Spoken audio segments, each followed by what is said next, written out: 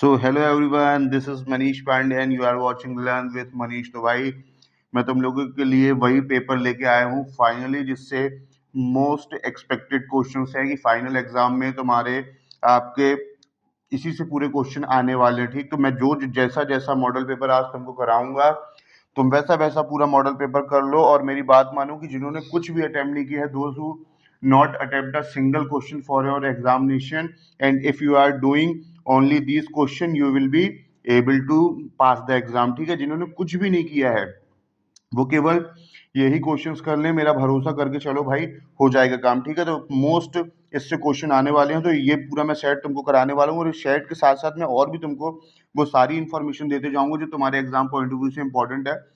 तो भाई ये एमपी बोर्ड वालों के लिए एक रामबाण है। ठीक है, इसको लगा लो, और ये वो सैंपल पेपर है, वो मॉडल पेपर है जो मार्केट में अवेलेबल नहीं है, जिसको board of secondary education Bhopal अपनी साइट पर या अपने ऑफिस से इसको पब्लिश करता है। ठीक है, तो वो मैं आपके लिए लेके आया हूँ। क्वेश्चन का यहाँ पर देखो भाई, total number of question 23, total printed pages 29, sorry 9, time 3 घंटे मिलेगा, मैक्सिमम 80 तुमको इसमें मार्क्स हैं। ठीक है, ऑब्जेक्टिव होंगे, वेरी शॉर्ट होंगे, उसके बाद लॉन्ग होंगे, तो ये सारी चीज होगी। चलो आज का मैं स्टार्ट करता हूँ तुम्हारा पेपर, तो भाई प्लीज वीडियो को पूरा देखो।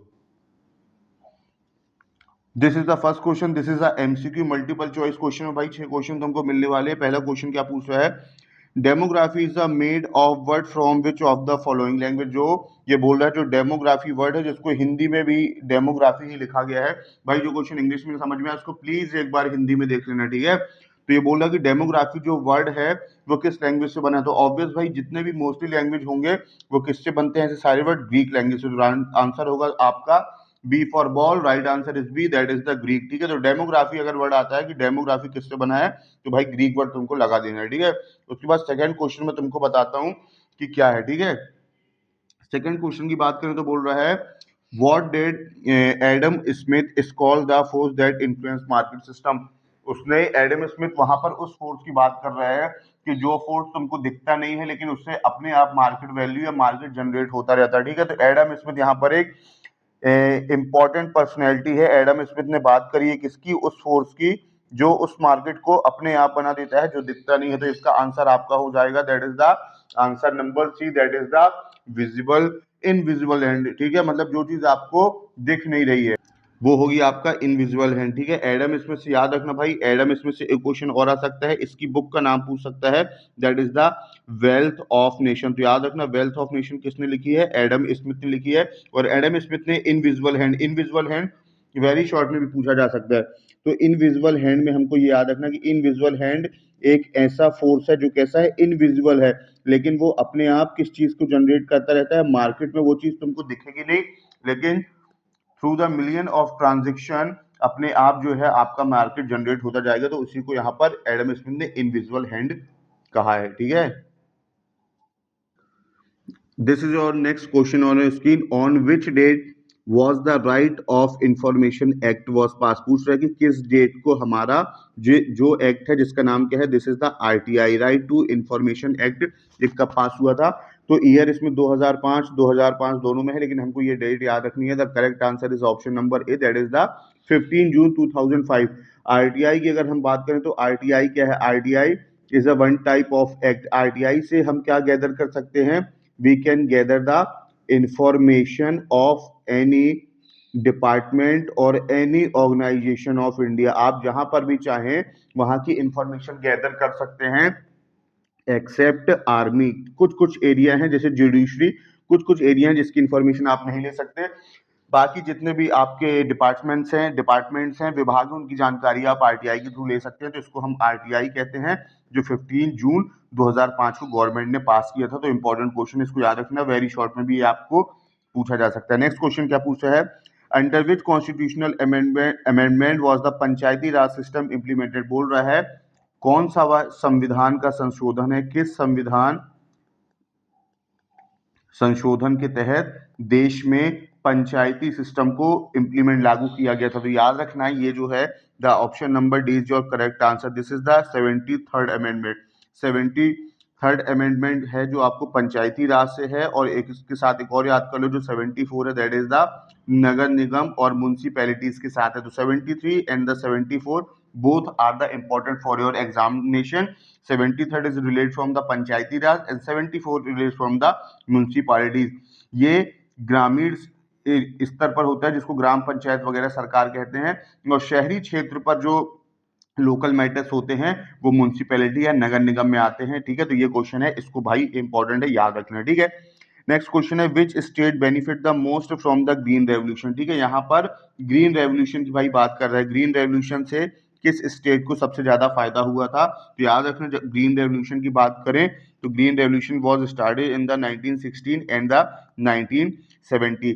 बेसिकली ग्रीन रेवोल्यूशन की बात करें तो ये किसके लिए स्टार्ट किया गया था, एग्रीकल्चर के लिए स्टार्ट किया गया था, और इसका जो फायदा सबसे पहले जिस वेव में जिस स्टेट को हुआ उसमें से एक स्टेट है पंजाब। तो इसको भाई अच्छे से याद रख लेना कि 1960 1970 में एग्रीकल्चर वीट और राइस को इसने काफी इम्पैक्ट किया था। 1960s और 70s में इसको स्टार्ट किया गया था and it was started by the Swaminathan. ठीक है, इसको याद रखना, it is started by the Swaminathan, और पंजाब वो स्टेट था जिसको फायदा हुआ था। ठीक है, नेक्स्ट क्वेश्चन है which of the following is related to the globalisation. भाई अब हमको ग्लोबलाइजेशन पता होना चाहिए। ग्लोबलाइजेशन क्या है, सपोज ये हमारा इंडिया है, भाई इंडिया की कनेक्टिविटी हमारी दूसरे दूसरे देशों से हो रही है। ठीक है, दैट इज द ग्लोबलाइजेशन की जो पूरा वर्ल्ड है उसकी कनेक्टिविटी सबसे हो रही है, मतलब वो कनेक्टिव हो रहा है, तो कनेक्टिव प्रोसेस को ही हम कहते हैं ग्लोबलाइजेशन। ग्लोबलाइजेशन को बेसिकली हमें कंफ्यूज होता है कि ग्लोबलाइजेशन केवल ट्रेड के थ्रू होता है, बस ट्रेड नहीं है, ट्रेड भी हो सकता है, ट्रेड के साथ कल्चर भी हो सकता है, कल्चर के साथ कस्टम्स भी हो सकते हैं, बहुत सारी चीजें ऐसे हो सकती हैं जिसको हम ग्लोबलाइजेशन कहते हैं। तो यहाँ पर जो क्वेश्चन पूछ रहा है वो बोल रहा है which of the following process is related to globalisation.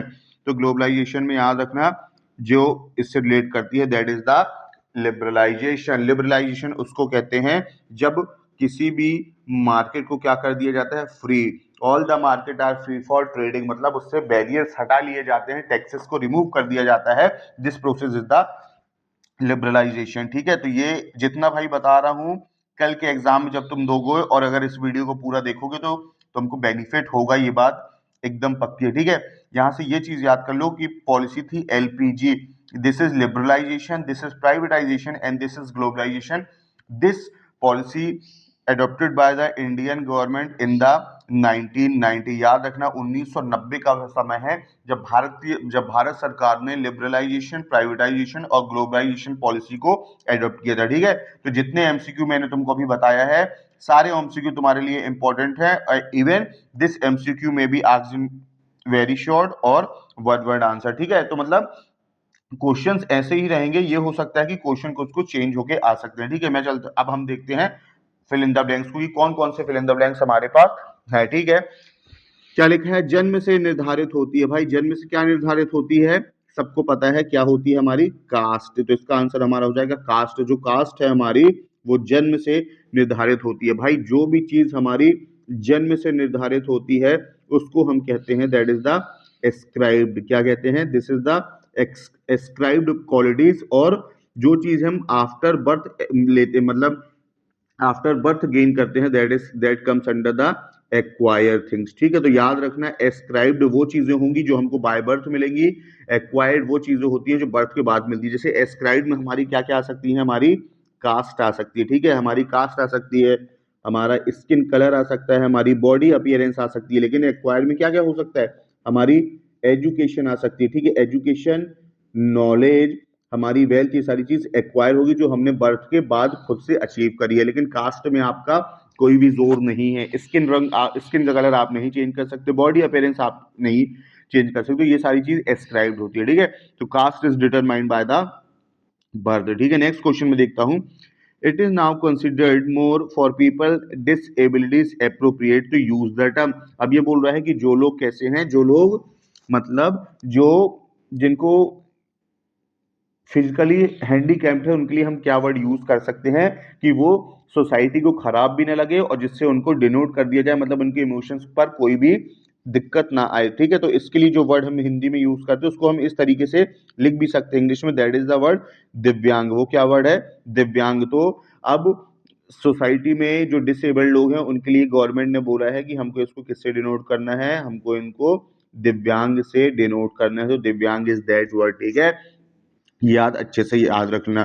Next question पूछ रहा है the name of the scheme that is launch for the 2018-19 में जो सिटीज की ब्यूटिफिकेशन के लिए था, तो उस योजना का नाम है अमृत योजना। अमृत योजना, ठीक है, याद रखना भाई, इंपॉर्टेंट क्वेश्चन है अमृत योजना। अमृत योजना में क्या किया गया है, सिटी का ब्यूटिफिकेशन वगैरह किया गया था, तो ये सारी चीज हमने देख ली। नेक्स्ट स्लाइड में देखते हैं और कुछ क्वेश्चन हमारे पास है, ठीक है। The credit for opening the first school for women in the Pune goes to social reformer. वो कौन सी सोशल रिफॉर्मर है जिनने पुणे में स्कूल वगैरह खोला था, तो बहुत इंपॉर्टेंट नेम है, that is the Jyotiba Phule, ठीक है। Jyotiba Phule is the first who started the schools in the Pune for the women. जो महिला शिक्षा के लिए स्कूल स्टार्ट किया था वो हमारे ज्योतिबा फुले जी हैं, ठीक है, ये चीज याद रख लेना। अब वो पूछ रहा है द सीरियल, नेक्स्ट क्वेश्चन हमारा क्या पूछ रहा है, द सीरियल नेम्स ऑफ दूस ब्रॉडकास्ट बाय एड्रेस। तो भाई इस क्वेश्चन को याद रखना है, एक बार इसको हम हिंदी में भी देख लेते हैं क्वेश्चन ये हमारा क्या बोल रहा है, ठीक है भाई, देखते हैं क्या बोल रहा है क्वेश्चन। वो टीवी के द्वारा प्रसारित धारावाहिकों को किस नाम से संबोधित किया जाता है, मतलब जो भी सीरियल्स आते हैं डेली बेसिस पर, चाहे वो सास बहू का ड्रामा हो या कोई फनी सीरियल हो या कोई भी नाटक हो, कोई भी सीरियल हो, तो उनको हम किस नाम से जानते हैं भाई, तो याद रखना उनको हम जानते हैं किससे, उनको हम जानते हैं सोप ओपेरा से, ठीक है। This is the soap opera, और ये तुम्हारे एनसीईआरटी में लिखा हुआ है, ठीक है, soap opera is the correct answer. अब मैं चलता हूँ भाई सत्य सत्य मतलब ट्रू फॉल्स की ओर, कि ट्रू फॉल्स में कौन कौन से क्वेश्चन हमारे लिए इंपॉर्टेंट हो सकते हैं। वो क्या बोल रहा है, census was started in India. Census की बात करूं तो सेंसस को हिंदी में कहते हैं जनगणना। क्या जनगणना 1960 में हुई थी, आंसर इज फॉल्स, ठीक है। जो जनगणना स्टार्ट हुई थी वो 1866 से 72 के बीच में सबसे पहले इंडिया में किया था ब्रिटिश गवर्नमेंट ने, फिर 1881 से ये सिस्टम बनाया गया था कि हर 10 साल के बाद जनगणना होगी, तो सबसे पहले जनगणना हमारी 1872 में हुई है, ना कि 1960 में। धोरी village is located in the Bastar district of Chhattisgarh. Chhattisgarh, answer is true, जो हमारा धोरी विलेज है वो छत्तीसगढ़ में है, एकदम करेक्ट आंसर है, ठीक है, इसमें कोई कंफ्यूजन मत है। द ऑर्गेनाइजेशन सत्य Shodhak Samaj was founded by the Raja Ram Mohan Roy. भाई पूरी तरह के आंसर ये हमारा क्या है, गलत, कट्टस पट्टस मार दो, आंसर है गलत। अगर सत्य शोधक समाज की बात करूं तो ये किसने हमारे लेके आए थे, दयानंद सरस्वती जी ने। कौन लाया था, दयानंद सरस्वती जी ने लाया था। और अगर राजा राम मोहन की बात करें, राजा राम मोहन की, तो इन्होंने स्टार्ट किया था, दैट वाज द ब्रह्म समाज। तो so the Satya Shodhak Samaj was founded by the Dayanand Saraswati and the Brahmo Samaj was founded by the Raja Ram Mohan Roy, ठीक है। Is it clear? Next question, Christian are the largest community in India term of population. False, ठीक है भाई, Christians की population सबसे ज्यादा नहीं है, ठीक है। किस रिलीजन की सबसे ज्यादा पॉपुलेशन होगी, हिंदू की, ठीक है, हिंदुज्म की सबसे ज्यादा, हिंदू रिलीजन की सबसे ज्यादा यहाँ पर देखने को मिलेगी। The head of the gram panchayat sarpanch is elected through the indirect voting. भाई इसका आंसर क्या मार देना है, फॉल्स। क्या लगा देना है तुमको, इसका आंसर फॉल्स, क्योंकि जो सरपंच होता है उसकी डायरेक्ट वोटिंग पब्लिक करती है लोकल सेल्फ गवर्नमेंट की। याद रखना स्टेट गवर्नमेंट के चुनाव से अलग होते हैं ग्राम पंचायत के चुनाव, ठीक है, नहीं तो साथ में लगा दो, अलग होते हैं उसके चुनाव। आफ्टर इंडिपेंडेंस इंडिया एडॉप्टेड अ मिक्स्ड इकोनॉमी। भाई एकदम ऑब्वियस ही बात है कि जब भी देश के बाद इंडिया ने जिस इकोनॉमी को एक्सेप्ट किया है that is the mixed economy, मतलब जिसमें प्राइमरी सेक्टर भी है, सेकेंडरी भी है और टर्सरी सेक्टर। प्राइमरी सेक्टर में वो सारी चीजें जाएंगी जो एग्रीकल्चर से रिलेटेड है। सेकेंडरी सेक्टर का बेसिकली इसको हम मैन्युफैक्चर सेक्टर में कहते हैं, और टर्सरी सेक्टर की बात करें तो this is the service sector, ठीक है। तो यहाँ तक मैंने सॉल्व कर दिया। अब मैं आपको सॉल्व करके दिखाता हूँ, मतलब करते हैं हम लोग क्या, that is the match of the match the following, ठीक है। It have 7 marks. पूछ रहा है क्या J.H. हट्टन का रेट किससे है, तो भाई स्वामी दयानंद सरस्वती जी नहीं है। 1975 is not correct answer. Trinamool Congress is the political organisation. Caste in India, याद रखना ये जो सिंबल है ये किस रिलेट करता है, J.H. हट्टन से, तो यहाँ पर हम लिख देंगे नंबर 1, दिस इज नंबर 1, ठीक है। J.H. हट्टन ने एक बुक लिखी जिसका नाम है कास्ट इन इंडिया। सेकंड क्या लिखा है, पशुओं का वार्षिक मेला। वो हो, मैं हिंदी मीडियम में करूँ, sorry sorry sorry. This is your matching. The first word is given, that is the H. Hutton, and H. Hutton is written a book that is the caste in India, so this is the number 1. Next question is annual cattle fair. जो annual cattle fair मतलब हर साल में जानवरों का, पशुओं का मेला कहाँ पर मिलता है? तो द करेक्ट आंसर इज, मैं इसको भी रेड से कर देता हूँ, ठीक है। The correct answer is Pushkar. Pushkar इसको हम दे देते हैं number second, and Pushkar is located in the Rajasthan, ठीक है। नेक्स्ट हमारा है Satyarth Prakash. Satyarth Prakash that is the Swami Dayanand Saraswati. याद रखना, जो हमारे सत्यार्थ प्रकाश हैं इसको किसने बनाया है? हमारे स्वामी दयानंद सरस्वती जी ने बनाया है। डिक्लेरेंस ऑफ इमरजेंसी की बात करें, डिक्लेरेंस ऑफ इमरजेंसी की बात करेगा तो इमरजेंसी कब लगी थी हमारे देश में? एक ही बार लगी है। It was the time period of 1975 and emergency was declared by honourable Shrimati Indira Gandhi period, ठीक है। इनके समय पर देश में इमरजेंसी लगाई गई थी। ये मिसप्रिंट है। This is the concept of sovereignty या फिर डोमिनेंट कास्ट या फिर संस्कृताइजेशन, तो हमको किसका नाम लगा देना है? That is the M N Srinivas. Political party कौन सी होगी इसमें से? ये होगी तृणमूल कांग्रेस, याद रखना, जिसको हम कहते हैं टीएमसी। और TMC is the main party of which region? That is the Bengal region. And which personality lead this party? That is the honourable Shrimati Mamata Banerjee lead the Trinamool Congress. Agriculture land ceiling act, important question, 1956। जो agriculture ceiling act है वो कब आया है? 1956 में आया है। तो 1956 में ये आया है।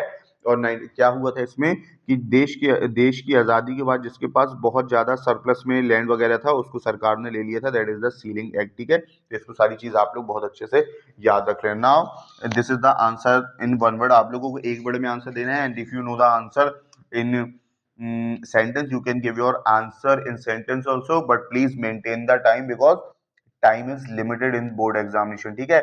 in which year was the report was state reorganization implemented? भाई important, very very important question, इसको याद रख लेना कि ये जो ये जो मतलब ऑर्गेनाइजेशन है या कमीशन है, ये बना कब था? 1953 में, ठीक है। 1953 में बना है। 1955 में इसने अपनी रिपोर्ट सरकार को दी है। और याद रखना इस रिपोर्ट का इम्प्लीमेंटेशन कब हुआ है? 1956। ये तीनों क्वेश्चन इससे बहुत इंपॉर्टेंट है, ठीक है। स्टेट रिऑर्गेनाइजेशन बना कब है? 1953 में। इसने गवर्नमेंट को रिपोर्ट कब दी है? 1955 में। इस रिपोर्ट का इम्प्लीमेंटेशन कब हुआ है? 1956 में। और याद रखना स्टेट रिऑर्गेनाइजेशन के जो प्रेसिडेंट थे दैट वाज फजल अली। कौन थे? That was Fazal Ali was the chairman और the president of the state reorganisation, ठीक है। ये कहानी आप लोगों को तीनों पॉइंट इंपॉर्टेंट है, याद रखना, ठीक है। What are the right name of the three levels of panchayat system in Pradesh? वो ये कह रहा है क्वेश्चन की मध्य प्रदेश में जो पंचायत सिस्टम है उसका हमको वो लिखना कि किस किस फॉर्म में हो सकती है, ठीक है। तो हम इसको सबसे पहले क्या लिख लेंगे? सबसे ऊपर मैं इसमें आप लोगों को लिख दूंगा जिला पंचायत। जिला पंचायत को जो नीचे हमको आता है दैट इज द जनपद पंचायत। एंड जनपद के नीचे जो हमको देखने को मिलता है that is the gram panchayat. This is the actual hierarchy system of panchayat government in any area. The Jila Panchayat is number 1, Janpad Panchayat number 2, and the Gram Panchayat this is the number 3. ठीक है, it means we can say that, and the classification of this always done on the basis of number of population. जैसी भी जनसंख्या होगी इस base पर जिला परिषद, जनपद पंचायत और ग्राम पंचायत हमारी बनाई जाएगी।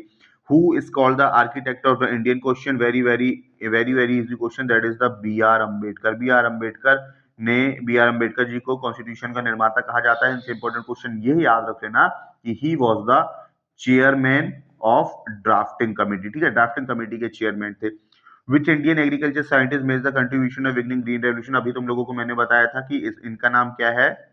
स्वामीनाथन। क्या नाम है? स्वामीनाथन, जिन्होंने 1960-70s में इस पॉलिसी को स्टार्ट किया था। Write any two company of, ये तो इजी है, इसमें लिखना Flipkart, Amazon, and whatever you want to write you can write, it's totally depend on you. Which non government channel broadcasting system? किस चैनल ने एक ऐसा नॉन गवर्नमेंट मतलब गैर सरकारी चैनल था जिसने प्रोग्राम वगैरह स्टार्ट किए? तो I think the correct answer is the Zee TV. क्या आंसर है? Zee TV. I think it is also given in your NCERT that this is the non-government channel which started the broadcasting in the year of 1992. GTV. No, answer is not Doordarshan. Okay, Doordarshan is to totally government channel. Okay, so what is the name of commission appointed by the government to India provide? जिसने उस commission का नाम लिखना है जिसने women के न्याय की महिलाओं के न्याय की बात करी। तो भाई वो कौन सा कमीशन हो सकता है? That is the national commission for women. लिख देना क्या answer? National commission for women. तो मैंने भाई पूरे ऑब्जेक्टिव तुमको सॉल्व करा दिया, और भाई कल के पेपर में तुम देख लेना, अगर तुमको ना क्वेश्चन रहे तो बताना, ठीक है। ये पूरे ऑब्जेक्टिव कर लो, क्वेश्चन इससे आने की पूरी पूरी possibilities हैं। Now it's time to solve the very short answer question. I think very short answer is totally number 10. हाँ, 2 into 10 it means it consists the 20 marks in your examination. The question number first, that is the what is the meaning of population growth? की वो पूछ रहा है जनसंख्या समृद्धि, समृद्धि का क्या स्तर है। तो भाई जनसंख्या समृद्धि क्या होगी कि किसी भी एक पर्टिकुलर एरिया की जब पॉपुलेशन क्या होगी, इंक्रीज होगी, पॉपुलेशन इंक्रीज होगी, तो उसी को हम कहेंगे that is the population growth. अब भाई इस पॉपुलेशन ग्रोथ में हमको क्या करना है, इस पॉपुलेशन ग्रोथ में हमको कुछ कुछ फैक्टर भी देखना है कि हम पॉपुलेशन ग्रोथ कैसे निकाल सकते हैं। तो भाई इसमें सबसे पहले तुम लिख देना क्या, बर्थ रेट। क्या लिख देना, birth rate.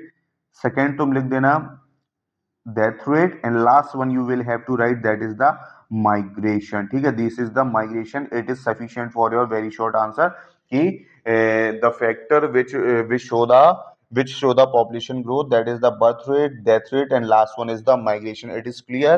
Now this is the question number 2. What is the mean by the age structure of population? भाई ये चीज याद रखना कि पॉपुलेशन ग्रोथ और एज स्ट्रक्चर में डिफरेंस होता है। स्ट्रक्चर मतलब कि वो स्ट्रक्चर उसका किस चीज से मिलकर फॉर्मेशन हुआ है, चाहे वो किसी भी चीज का स्ट्रक्चर हो। तो जब भी एज स्ट्रक्चर की बात करी जाएगी तो किसी भी पर्टिकुलर एरिया में जो पॉपुलेशन है उस पॉपुलेशन को हमको क्या कर देना है, डिवाइड। क्या कर देना है, डिवाइड। अभी डिवाइड किस बेस पर होगा, ये होगा एज के बेस पर। एक एज ग्रुप बना दो 0 to 14, एक एज ग्रुप बना दो 15 to 59, और एज ग्रुप बना दो 60+। तो ये तीन ग्रुप होगा, ये तीन ग्रुप ही को हम कहते हैं that is the age structure. मतलब हमारे देश में जो लोग रह रहे हैं उसमें से कितने चिल्ड्रन है, उसमें से कितने एडल्ट है, और उसमें से कितने सीनियर सिटीजन है। तो ये सारी चीज हमारे एज स्ट्रक्चर में आती है। एज स्ट्रक्चर में एक चीज और आ सकता है, क्या, डिपेंडेंसी रेशियो। ठीक है, डिपेंडेंसी रेशियो। डिपेंडेंसी रेशियो मैंने बताया कि हर देश का कम होना चाहिए, कि जितने लोग कमा रहे हैं उन पे बहुत ज्यादा डिपेंडेंसी नहीं होनी चाहिए। ठीक है, 15 to 59 को हम कहते हैं वर्किंग एज ग्रुप। ठीक है, तो जो 15 से बिलो है और 60 से अबव है that comes under the dependency ratio. ठीक है, नेक्स्ट क्वेश्चन क्या बोल रहा है, what is the difference between extended family and the joint family. वो बोल रहा है विस्तारित परिवार और संयुक्त परिवार में डिफरेंस रखिए। भाई याद रखना, एक्सटेंडेड को न्यूक्लियर फैमिली से मत लगा देना, दोनों में डिफरेंस है और बहुत बड़ा डिफरेंस है। ठीक है, ये दोनों डिफरेंस में मैं आपको बताता हूँ क्या है। ठीक है, क्या बोल रहा है वो, जॉइंट फैमिली। ठीक है, जॉइंट फैमिली की अगर बात करें तो जॉइंट फैमिली में क्या होगा, grandfather, mother, father, son and daughter, ये सारी मतलब हम कह सकते हैं इसमें हमको एक पीढ़ी, दो पीढ़ी और तीसरी पीढ़ी साथ में रहते हुए दिखेगी, that is the joint family. Joint family की एक पहचान और है कि इनका जो सोर्स ऑफ इनकम होगा वो भी क्या होगा, एक सा होगा। मतलब पूरे घर एक साथ मिलकर खाना पीना खाएंगे, उनका सोर्स ऑफ इनकम भी एक होगा, किचन भी एक होगा। एक्सटेंडेड फैमिली की बात क्या है कि परिवार तो हमारा एक है, मतलब फैमिली वही है, लेकिन वो साथ में नहीं रह रहे हैं। जो लोग दूर दूर रह रहे हैं, कोई किसी स्टेट में है, कोई किसी डिस्ट्रिक्ट में है, तो that is the extended family. ठीक है, तो याद रखना ये एक्सटेंडेड फैमिली है, ये जॉइंट फैमिली। ठीक है, जॉइंट फैमिली है कि एक सपोज करो ग्रैंडफादर है, एक ग्रैंडफादर के दो लड़के हैं, तो एक यहाँ पर रह रहा है और एक दूसरी जगह रह रहा है, तो ये हमारा एक्सटेंडेड फैमिली का मीनिंग हो जाएगा। ठीक है, तो ये एक्सटेंडेड फैमिली है। नेक्स्ट क्वेश्चन क्या बोल रहा है, briefly describe any to characteristic of the tribe. Tribe की कैरेक्टरिस्टिक पूछ रहा है कि ट्राइब क्या होती है। तो भाई ट्राइब क्या होती है, सबसे पहले हमको याद रखना है ट्राइब की सबसे पहली कैरेक्टरिस्टिक क्या होगी कि ये क्या होते हैं, आइसोलेट होते हैं। क्या होते हैं, आइसोलेट होते हैं, मतलब ये सोसाइटी की मेन स्ट्रीम से अलग होते हैं, आइसोलेट हो सकते हैं। तो एक इनका कैरेक्टरिस्टिक ये हो जाएगा। दूसरा ये हो जाएगा they have their own culture, इनका अपना खुद का एक कल्चर होगा, ये कैरेक्टरिस्टिक हो जाएगी। ठीक है, they have own their tradition, इनके ट्रेडिशंस अपने खुद के होते हैं। इनकी अपनी स्पेसिफिक क्या होती है, लैंग्वेज होती है। और इनका सबसे मेन बात जो हैबिटेट होता है, जो रहवास होता है, वो कहाँ पर होता है, फॉरेस्ट में होता है। ये मैंने आपको पूरी कैरेक्टरिस्टिक बता दी। देखो वही क्वेश्चन घूम के आ गया, what is invisible hand. Invisible hand जो क्वेश्चन है, this concept is given by the Adam Smith. किसने दिया है, this concept is given by the Adam Smith ने ये कॉन्सेप्ट दिया है। और एडम स्मिथ ने ये बोला है कि जो भी मार्केट है, मार्केट तुमको वो चीज दिखाई नहीं देगी, लेकिन मार्केट अपने आप क्या होने लगेगा, जनरेट धीरे धीरे होगा और वो पूरा मार्केट बन जाएगा, जिसमें क्या कंसिडर किया जाएंगे, मिलियंस ऑफ ट्रांजेक्शन होंगे जो तुमको दिख नहीं रहे हैं। क्यों? क्योंकि भाई तुमने तो केवल एक ट्रांजेक्शन किया, किसी को 10 रुपए दिया अगर आपने शॉपकीपर को, लेकिन शॉपकीपर ने इस 10 रुपए से प्रोडक्ट खरीदा, उसने किसी से खरीदा, इस तरीके से एक ट्रांजेक्शन की सीरीज जनरेट होगी, पूरा मार्केट डेवलप हो जाएगा, और इसी को एडम स्मिथ ने इनविजिबल हैंड कहा है। ठीक है, नेक्स्ट क्वेश्चन क्या बोल रहा है, what is the called the commoditisation and object of objectification. भाई कमोडिटाइजेशन याद रखना, ये वो टाइम पीरियड, मतलब उसको कहते हैं कि आज की अगर दुनिया की बात करें तो हर चीज क्या हो रही है, सेल हो रही है। 2026 में दुनिया में हर एक चीज सेल हो रही है। जैसे इसका एग्जांपल हम समझेंगे किडनी से, ठीक है, किडनी से समझेंगे, या फिर हमारी स्किल्स से भी समझ सकते हैं कि क्या भाई प्रीवियस टाइम यहाँ से 100 साल पहले देखें तो किडनी सेल होती थी, लीवर सेल होते थे, नहीं होते थे, क्या स्किल सेल्स होती थी, नहीं होती थी। लेकिन आज की टाइम पीरियड में बात करें तो आपकी वो सारी चीज सेल हो रही है जो अर्लियर टाइम पे सेल नहीं होती थी। तो यही इसी प्रोसेस को हम कहते हैं वस्तुकरण या फिर कमोडिटाइजेशन, कि the things today they all are selling even they were not sell in the earlier time period. इनको पहले के टाइम पीरियड में कभी इनको बेचा नहीं जाता था। जो चीज आज बेची जा रही है, जो आज चीज कमोडिटी बन गई है, वस्तु बन गई है, वो उनका पहले ऐसा उनके साथ नहीं होता। तो इस प्रोसेस को कमोडिटाइजेशन कहते हैं। ठीक है, कॉलोनियल सिस्टम सबको पता है क्या होता है। ये होता है जब एक country, when one country rule over another country, इसको कहते हैं कॉलोनियलाइजेशन। जैसे हमारा इंडिया है, इंडिया में ब्रिटिशर्स राज करते थे, तो हम क्या हैं, कॉलोनी कंट्री। क्या है, कॉलोनी कंट्री, और ब्रिटिशर्स क्या है, हमारी पेरेंट कंट्री। ये याद रखना भाई। ठीक है, नेक्स्ट क्वेश्चन बुक क्या पूछा है, what is the symbol of Prestige. This is the, मतलब ये थोड़ा सा अलग क्वेश्चन है कि जो बुक में हो सकता है नाम ले, लेकिन हमको याद रखना है। ठीक है, प्रेस्टीज की बात करें तो क्या बोल रहा है, प्रतिष्ठा। इसको हिंदी में क्या कहते हैं, प्रतिष्ठा। भाई क्या हो सकता है, बहुत सारी चीजें हो सकती हैं। सबसे पहले क्या हो सकता है, कास्ट। क्या हो सकती है, कास्ट हो सकती है। कास्ट के साथ आपके क्या हो सकता है, कंजप्शन। कंजप्शन हो सकता है। कंजप्शन मतलब कि आपके पास क्या क्या चीजें हैं, आपके पास वेल्थ कैसी है, ये हो सकता है। और कास्ट हो सकती है कि आप किस कास्ट को बिलोंग करते हैं। तो ये सारी चीजें आपके प्रेस्टीज को बताती हैं। ठीक है, what is the social exclusion और बॉयकॉट। भाई सोशल एक्सक्लूजन क्या होगा कि सपोज करो एक ये सोसाइटी है, इस सोसाइटी में यहाँ पर एक कम्युनिटी रहती है। भाई किसी भी कम्युनिटी का नाम लेना भी तो ठीक नहीं, क्यों, सपोज करते हैं कि एक कम्युनिटी की, यहाँ पर एक कम्युनिटी के बहुत सारे लोग हैं। ठीक है, अब एक कम्युनिटी के लोग हैं, इन्होंने बोला कि एक कम्युनिटी में नॉनवेज खाना क्या है, बैन है, नॉनवेज आप नहीं खाएंगे। लेकिन यहाँ पर एक आदमी है जिसका नाम है सी, इसने नॉनवेज खा लिया है, तो इसने इस जो सोसाइटी है, कम्युनिटी ए कम्युनिटी के, इसके रूल्स ब्रेक करे हैं, तो इसका क्या कर देंगे, सोशल एक्सक्लूजन। सोशल एक्सक्लूजन मतलब इसको कोई अपने यहाँ इन्वाइट नहीं करेगा, ये किसी के यहाँ नॉर्मल कैजुअल मीटिंग्स के लिए नहीं जा पाएगा, इसके इनविटेशन वगैरह बंद कर दिया जाएगा, मतलब इसको समाज से बहिष्कृत कर दिया जाएगा। इसको हम कहते हैं सोशल एक्सक्लूजन। ठीक है, इंपॉर्टेंट क्वेश्चन है और थोड़ा न्यू क्वेश्चन है, तो इसको एक बार तुम लोग अच्छे से देख लेना। ठीक है, नेक्स्ट क्वेश्चन है, that is the what is prejudice. Prejudice की बात करें भाई तो क्या होता है, हम इसमें कह सकते हैं कि इसको समझ किस लैंग्वेज में सकते हैं, it is one type of judgement. ये क्या है, जजमेंट। की भाई हम हैं, हम सोसाइटी को देख रहे हैं, सोसाइटी में किसी भी एक बंदे को देख रहे हैं, अब हमने उसके लिए एक मन में अपने बना ली, this is bad guy, bad guy, ये सही इंसान नहीं है। तुमने इससे बोला, उसने किसी से बोला, किसने किसी से बोला, और ये चीज पर सब लोग क्या करते जा रहे हैं, बिलीव कर रहे हैं, और बिलीव के पीछे कोई भी इसके फैक्ट जानने को तैयार नहीं है। तो इसके लिए सोसाइटी में बन जाएगा कि this is the bad guy and this is known as the prejudice. की भाई हम बिना किसी फैक्ट चेक के, बिना किसी ऑथेंटिसिटी के जब हम किसी पर ये ब्लेम कर लें, मतलब हम अपने मन में एक विचारधारा बना ले, उसको हम कहते हैं प्रेजुडिस। ठीक है, तो प्रेजुडिस मैंने तुम लोगों को बता दिया। What is the meaning of communalism. Communism की अगर बात करें, जहां पर सबसे ज्यादा इंपॉर्टेंस किसको दी जाएगी, रिलीजियन को, धर्म को, या किसी भी मजहब को दिया जाएगा, that is the communism. Communalism याद रखना जस्ट किसके अपोजिट होता है, सेक्युलर के। ठीक है, तो जितने भी क्वेश्चन है मैंने तुम लोगों को सॉल्व करवा दिए। नेक्स्ट क्वेश्चन में देखता हूँ कौन सा है, what is mean by the minority. Minority का भाई याद रखना, माइनॉरिटी कुछ नहीं है, इनके नंबर्स क्या होंगे, लेस होंगे, नंबर लेस होंगे, और कभी कभी इनको कुछ डिसएडवांटेज भी सोसाइटी में हो सकते हैं। क्यों, because the dominance of majority. Dominance of majority मतलब मेजोरिटी से इनको कभी कभी डिसएडवांटेज हो सकता है, और माइनॉरिटी इसको कहेंगे जिसकी पॉपुलेशन नंबर बहुत लेस होगा, ये सारी लोग माइनॉरिटी में आएंगे। ठीक है, write to achievement of the green revolution. Very very easy question. Achievement क्या है कि हमारे देश का जो प्रोडक्शन था वो क्या हो गया, हाई हो गया, प्रोडक्शन हाई हो गया। इसके साथ साथ जो इनकम है, इनकम किसकी, फार्मर्स की, वो भी क्या हो गई, बढ़ गई। हाई यील्डिंग सीड्स लोगों को मिलना शुरू हो गए। ठीक है, अच्छे अच्छे लोगों ने क्या यूज करने लगे, फर्टिलाइजर्स यूज करने लगे। तो ये सारे इसके अचीवमेंट्स हैं, इसको याद रखना। What is the meaning of liberalisation. Liberalisation is nothing when market free. जब भी मार्केट फ्री होगा ट्रेड के लिए उसको हम कहेंगे लिबरलाइजेशन। जितने भी बैरियर्स हैं फालतू वाले, जितने भी टैक्स बैरियर है, ये सारे क्या कर दिए जाएंगे, रिमूव कर दिए जाएंगे। ठीक है, वो पूछा है what is the meaning of plant industrialisation. Industrialisation मतलब हमको बेसिकली किस चीज की सेटअप करना है, यहाँ पर इंडस्ट्री का सेटअप करना है। इंडस्ट्री का सेटअप होने से पहले हमारे जो देश की गवर्नमेंट है वो एक प्लान बनाएगी। ठीक है, ये सब प्लान कौन बनाता है, जिसको हम देश में कहते हैं प्लानिंग कमीशन। लेकिन अब प्लानिंग कमीशन का नाम जो है वो बदल चुका है, that is the NITI Aayog. ठीक है, तो जब देश आजाद हुआ 1947 में, तो जो योजना आयोग था, जो प्लानिंग कमीशन था, इसने बहुत सारी ऐसी स्कीम्स वगैरह बनाई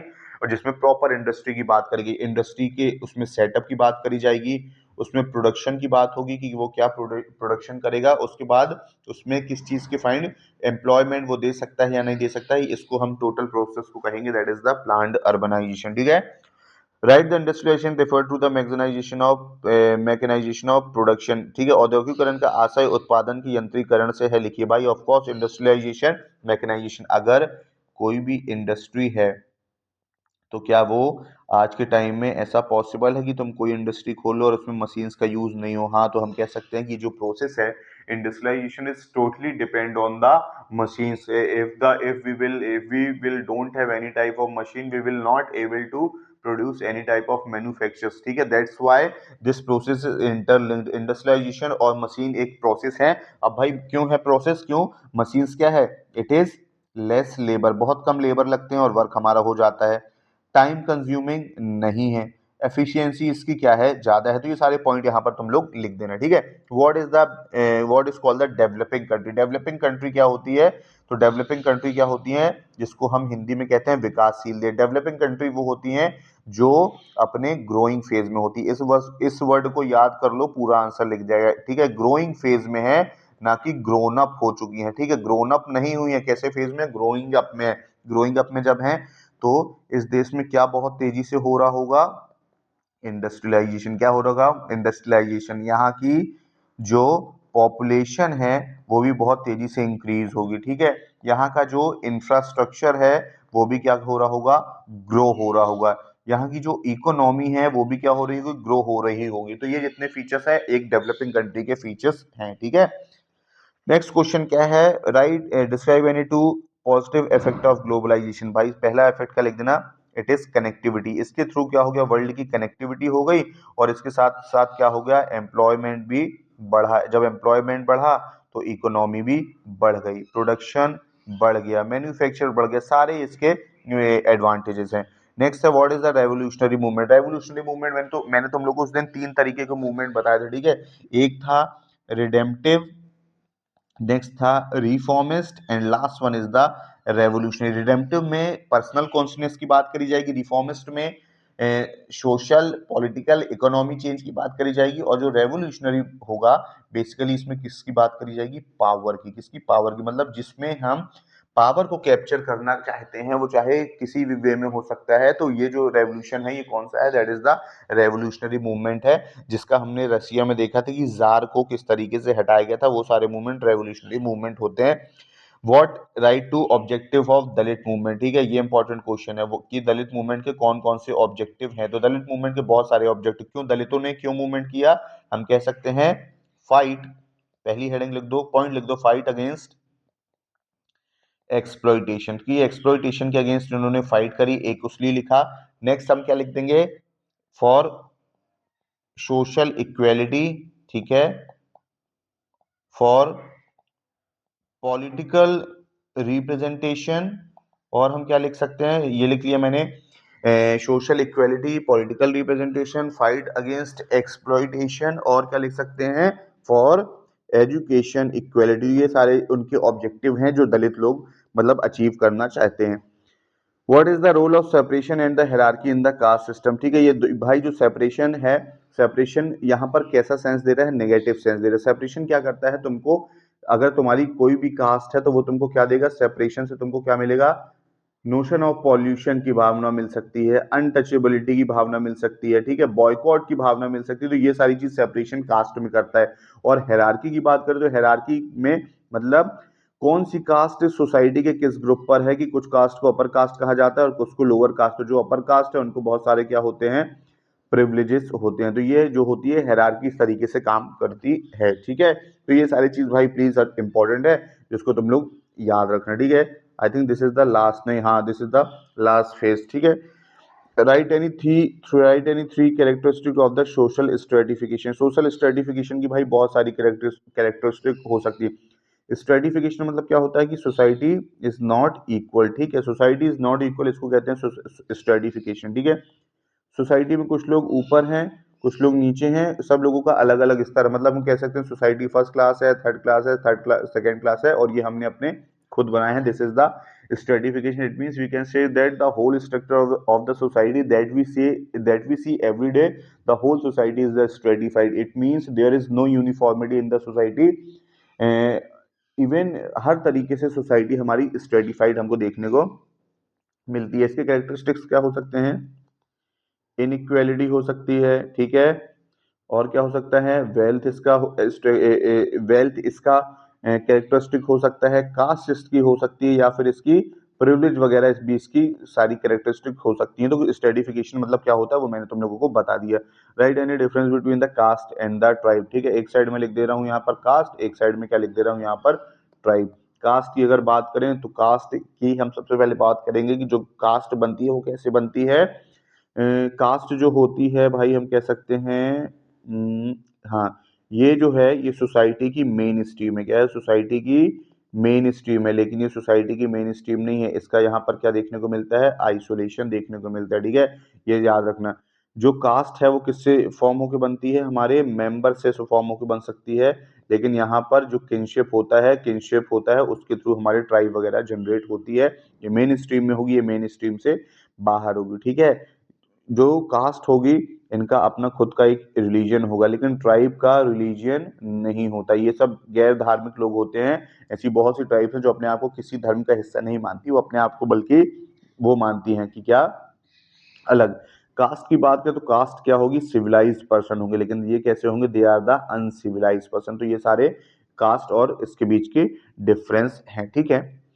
mass media is important part of daily life. भाई मास मीडिया कैसे तुम्हारी डेली लाइफ है वो तुमको खुद से मन से लिखना पड़ेगा। आई थिंक तुम लोग लिख लोगे, ठीक है। Discuss the role of mass communication bringing about social change. जो मास कम्युनिकेशन है उसने सोशल चेंज कैसे समाज में लाया, तो ये भी तुम लोग लिख लोगे। एडवर्टीज हैं, प्रोग्राम्स हैं, बहुत सारे ऐसे इलस्ट्रेशन है, तो ये सारी चीज याद कर लेना, ठीक है। ये इंपॉर्टेंट क्वेश्चन है जो मैं तुमको समझा देता हूँ कि what is the objective of the national population policy. क्या है जो एनसीईआरटी में दिया हुआ है, इसको हम एक बार जल्दी से देख लेते हैं। नेशनल पॉपुलेशन पॉलिसी, जब भी किसी भी पॉपुलेशन पॉलिसी की भाई बात आएगी तो तुमको एक वर्ड याद कर लो, पूरा आंसर तुम्हारा खत्म हो जाएगा। हमको क्या चाहिए है? पॉपुलेशन की स्टेबिलिटी। क्या चाहिए है? Stability. In other word we can say that कि we want to achieve the stabilisation. Stabilisation of what? Stabilisation of population. मतलब हमको जनसंख्या में क्या लाना है? स्थिरता लाना है। तो भाई स्थिरता कैसे आएगी? अब जब हमको ये पता है कि पॉपुलेशन में स्टेबिलिटी लाना है तो सरकार इसमें क्या क्या प्लान बनाएगी? सरकार ये बनाएगी कि हमारे देश की हेल्थ फैसिलिटी क्या हो? बहुत अच्छी हो। तो एक सरकार हेल्थ फैसिलिटी पे काम करना चाहेगी, दूसरा वो क्या चाहेगी? अगर जनसंख्या को स्टेबल करना है तो रिड्यूस करेगी। क्या रिड्यूस करेगी? फर्टिलिटी रिड्यूस करेगी, ठीक है। फर्टिलिटी रिड्यूस करेगी, ठीक है। उसके बाद और क्या करेगी? वो किस चीज में पैसा लगाएगी? एजुकेशन में पैसा लगाएगी, ठीक है। और वो ये बताएगी कि स्मॉल फैमिली रखने के क्या फायदे हैं, हम दो हमारे दो, ठीक है। ये सब आंसर राइटिंग में हम लिख सकते हैं। और क्या करेगी वो सरकार? क्या कर सकती है? सरकार अवेयरनेस के बहुत सारे प्रोग्राम चलाएगी कि कैसे आपको जनसंख्या कंट्रोल करनी है। तो एक वर्ड याद रख लो, पॉपुलेशन स्टेबिलिटी। तो हमारा आंसर अपने आप यहाँ से तुम लोग लिख लोगे, ठीक है। Write the literacy is an important means of becoming empowerment. जो साक्षरता दर है, जो साक्षरता एक पढ़ा लिखा इंसान है वो कैसे एम्पावर होता है, तो ये सब तो तुम लोग अपने मन से लिख ही लोगे। इसमें कोई बहुत बड़ी डिफिकल्ट कोई रॉकेट साइंस नहीं है। ये देख लो तुम लोग कि इंडस्ट्रियलाइजेशन और अर्बनाइजेशन में क्या डिफरेंस है। ये है इंडस्ट्रियलाइजेशन, अर्बनाइजेशन। इंडस्ट्रियलाइजेशन में किस चीज पे फोकस होता है? Setup industry. और अर्बनाइजेशन में किस चीज पे फोकस होता है? Setup new cities. मतलब न्यू सिटीज मतलब अच्छे अच्छे शहरों का निर्माण करना। इंडस्ट्रियलाइजेशन किस पे फोकस करता है? केवल इकोनॉमिक ग्रोथ पे, किस पे फोकस करेगा, इकोनॉमिक ग्रोथ पर। लेकिन अर्बनाइजेशन में इकोनॉमिक तो होगी, इकोनॉमिक के साथ साथ आपकी कैसी ग्रोथ होगी, सोशल ग्रोथ होगी, ठीक है। अब हमने देख लिया कि इंडस्ट्री सेटअप होंगी, यहाँ पर सिटी सेटअप होंगी, इकोनॉमिक होगा, यहाँ पे इकोनॉमिक के साथ साथ सोशल होगा। उसके बाद हम देखेंगे कि ये एम्प्लॉयमेंट की बात करेगा, किसकी बात करेगा, एम्प्लॉयमेंट की बात करेगा, ठीक है। लेकिन ये किस चीज की बात करेगा, इंफ्रास्ट्रक्चर की बात करेगा, कि हमारे अर्बनाइजेशन में इंफ्रास्ट्रक्चर इंपॉर्टेंट रोल होता है। ये किस चीज की बात करेगा, ये बात करेगा कि क्या कह सकते हैं, जैसे हाँ हम इसका एक पहले पॉइंट लिख सकते हैं कि ये क्या बोलेगा, मतलब ये इस चीज यहाँ पर क्या चीजें आएंगी, बेसिक फैसिलिटी की बात आएगी, किसकी बात आएगी, बेसिक फैसिलिटी की बात आएगी। बेसिक फैसिलिटी मतलब आपका म्यूनसिपैलिटीज अच्छा होना चाहिए, देश में प्रॉपर किसी एरिया में सैनिटेशन अच्छा होना चाहिए। और बेसिकली इंडस्ट्रीज की अगर हम बात करें तो इंडस्ट्रीज में प्रोडक्शन या मैन्युफैक्चर की बात वगैरह करी जाएगी, कि हमारा काम है प्रोडक्शन मैन्युफैक्चर करना, लेकिन अर्बनाइजेशन का फीचर है कि बेसिक फैसिलिटी प्रोवाइड करना, ठीक है। अर्बनाइजेशन जब होगा तो याद रखना, अर्बनाइजेशन से इंडस्ट्रियलाइजेशन में एक चीज और देखने को मिलती है, क्या, माइग्रेशन। क्या देखने को मिलता है, माइग्रेशन, की लोग काम की तलाश में शहरों की ओर जाते हैं। तो ये चीज तुम लोग याद रख लेना, ठीक है।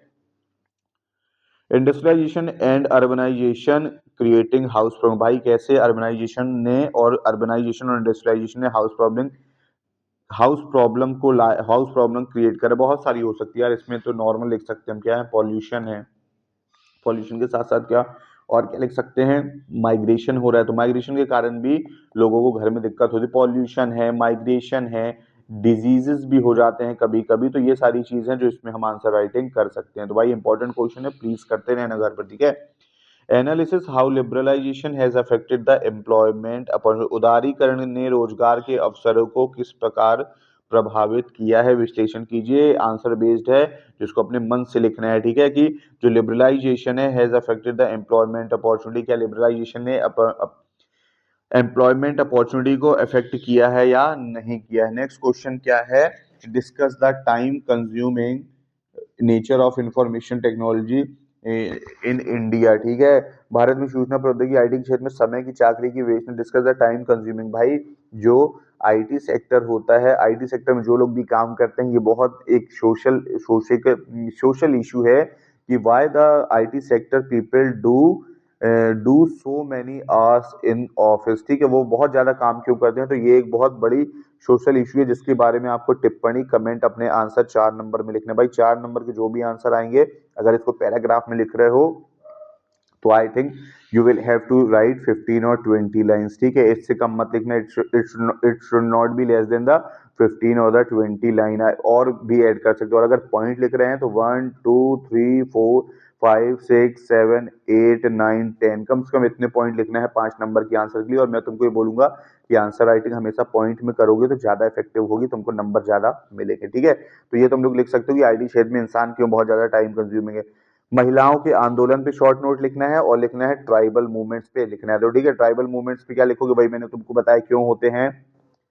सोशल इनइक्वालिटी साइड हेडिंग बना दो, इसमें इसको लिखो, इनको सोशल इक्वालिटी चाहिए, ठीक है। Fight against exploitation side heading एक तुम्हारी ये हो गई। और क्या लिख सकते हैं, पॉलिटिकल रिप्रेजेंटेशन, क्या चाहिए, पॉलिटिकल रिप्रेजेंटेशन चाहिए। और क्या चाहिए है, एजुकेशन चाहिए। तो ये सारी चीज साइड हेडिंग बन रही है भाई। साइड हेडिंग के बाद इसमें जितना चाहो लिख सकते हो, लेकिन साइड हेडिंग इफेक्टिव बना। सोशल इनइक्वालिटी चाहिए है, पॉलिटिकल रिप्रेजेंटेशन चाहिए है, फाइट अगेंस्ट एक्सप्लॉइटेशन चाहिए है, और इनको एजुकेशन चाहिए है। वो सारी चीज चाहिए है जिनको सोसाइटी में इनइक्वालिटी मिलाएंगी। और इनको क्या चाहिए है, अपनी, सॉरी गलत लिखा, इनको अपनी क्या चाहिए, सोशल आइडेंटिटी चाहिए। तो ये वो सारे फैक्टर हैं जिसके लिए दलित मूवमेंट स्टार्ट हुए। वुमेन मूवमेंट की बात करें तो वुमेन मूवमेंट भी लिख देना, क्या चाहिए वुमेन को, सोशल इक्वेलिटी, ठीक है। और जेंडर इक्वेलिटी चाहिए, क्या चाहिए, जेंडर इक्वेलिटी चाहिए, ठीक है। इक्वल अपॉर्चुनिटीज चाहिए है। डोमेस्टिक वायलेंस महिलाओं के खिलाफ नहीं होना चाहिए। तो ये सारी चीज हम लिख सकते हैं। नेक्स्ट क्या बोल रहे, write any 4 basic reason for the farmer movement. Farmer movement के 4 बेसिक रीजन की साइड हेडिंग बनाओ। क्या क्या बना सकते हैं, हाई प्राइस, एक हेडिंग हो जाएगी हाई प्राइस। सेकेंड हेडिंग क्या हो जाएगी, इंपॉर्टेंट लैंड एक्विजिशन, की इनकी लैंड को सरकार ले रही थी, that is the land acquisition, high prices, ठीक है। ये सारी चीज लिख दो। हाई टेक्स लिख दो, क्या लिख दो, हाई टेक्स लिख दो, और क्या लिख दो, फोर्थ लिख दो कमर्शियलाइजेशन ऑफ फॉरेस्ट और एनीथिंग। तो ये कुछ कुछ हेडिंग इसमें बहुत इंपॉर्टेंट है, लिख दो, ठीक है।